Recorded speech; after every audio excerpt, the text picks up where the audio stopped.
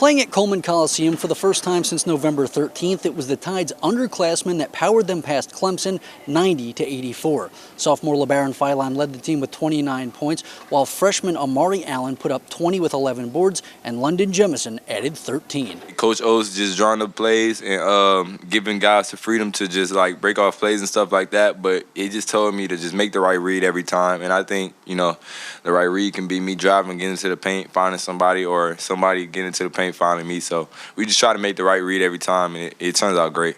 With 8 made threes in the first half, Alabama built a 19-point lead and went into the break up 15. But Clemson clawed back. Coming out of the locker room with their hair on fire, the Tigers erased the deficit and even briefly took the lead. But that wouldn't be enough to stop the Tide. Alabama finished with 12 makes from behind the arc, including massive triples from Taylor Boboan and Houston Millette, as well as more physical Philon to pull away late. Obviously, when you get up 19, the first 10 minutes of the game, you'd like to close the next 30 out a lot better than we did. But, with the guys that we had, down the players that we were down, I'm happy we got to win. We're going to have to work on our defensive mentality, playing with a lead.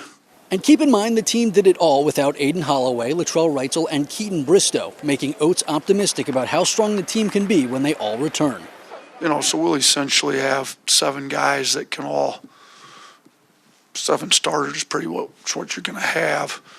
And a lot of that's going to mainly be determined on the rotations as to how we can get the right guys in together with the other guys off the bench. So when you got a group of guys that doesn't care about starting, all they want to do is help you win. It's not that hard. You figure it out with the rotations. We get with our analytics company. We'll figure out the best rotations. When we get everybody healthy and we figure out who needs to play what minutes and what rotations make the most sense, we got a good group. I don't know what the starting lineup will end up looking like once we get totally healthy, but we'll have 5 good starters in there and a bunch of really good players coming off the bench.